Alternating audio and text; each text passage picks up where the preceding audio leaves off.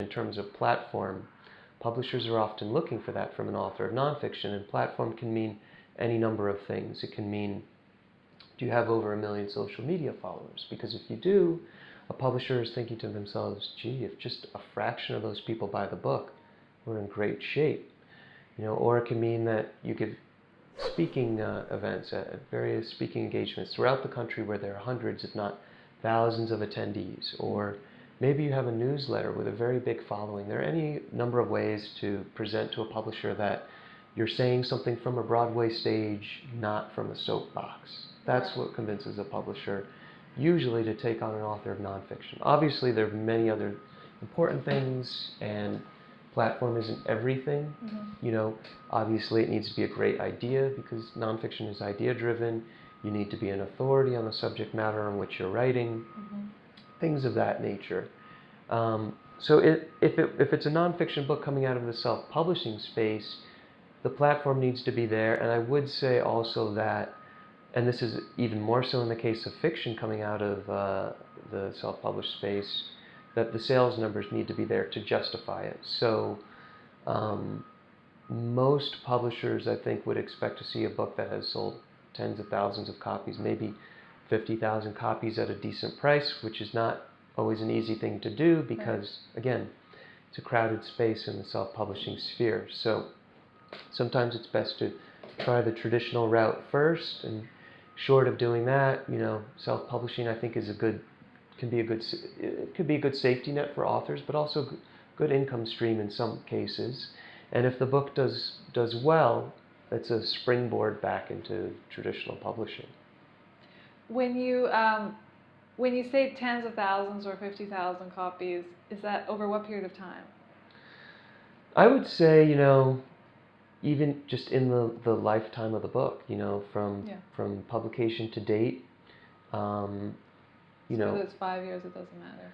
I wouldn't, well, in terms of 5 years, publishers like things a little bit fresher on the market. So maybe a book had been out for 6 months or a year, and it's done phenomenally well, and the author wants to try something new with a publisher, because it's hard for a publisher, I think, to republish a book that was already self-published and walk in on the middle of a series. It's not to say it doesn't happen, but maybe the author has a new standalone title or a new series they could try out on a publisher. That's a good instance there where that would work. And just a little bit more about the platform. You mentioned 1 million, social media followers. Are there, have you worked with nonfiction authors who have, different, let's say someone is a speaker, an active speaker, but they don't have that number of followers? Yeah, platform is not everything. It helps a lot because that's where a lot of publishers' minds are at, because they need help in selling a book. They like to have a built-in audience where, again, if an author's doing a speaking engagement, after the event, there's oftentimes a book signing, and they can move hundreds of books in one event. And if they're doing many of those events throughout the year, it helps. But there have been instances where we have kind of constructed a platform with an author in the eyes of a publisher, and we've been able to present to a publisher and say, this is the platform that's being built around this author. This is the community who's going to come together and really support the book. It'll be that tide that really lifts the book up. And in other instances, sometimes a book just speaks for itself, and the platform isn't entirely necessary. It's just such a unique, strong idea, and a book like that could come from anywhere. But I would say the platform helps. It's not the be-all, end-all. Yeah.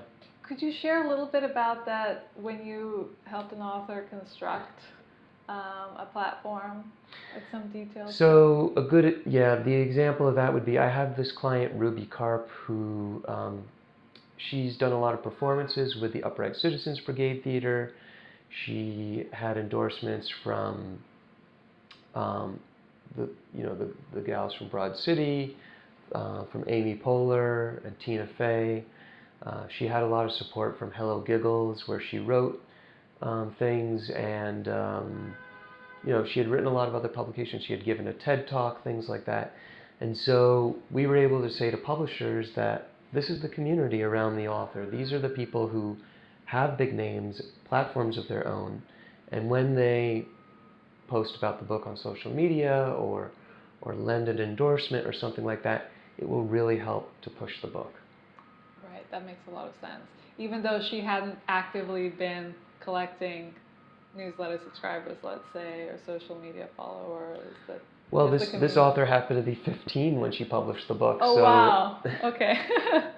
But she had a lot of support from her theater community and the people she knew in comedy, and it helped to, in the eyes of a publisher, show that there was a platform there. That's great to hear. The many avenues you can use to present maybe even a future platform.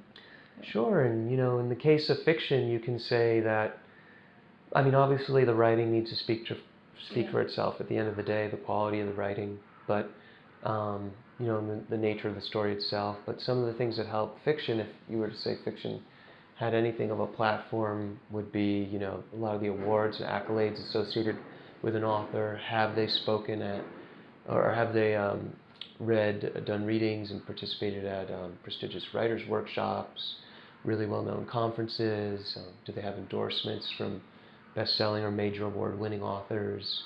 Maybe they have an MFA, or maybe they, have published in prestigious literary magazines. That I kind of all lump in with, you could say, platform for an author of fiction. That's great. That's wonderful to hear.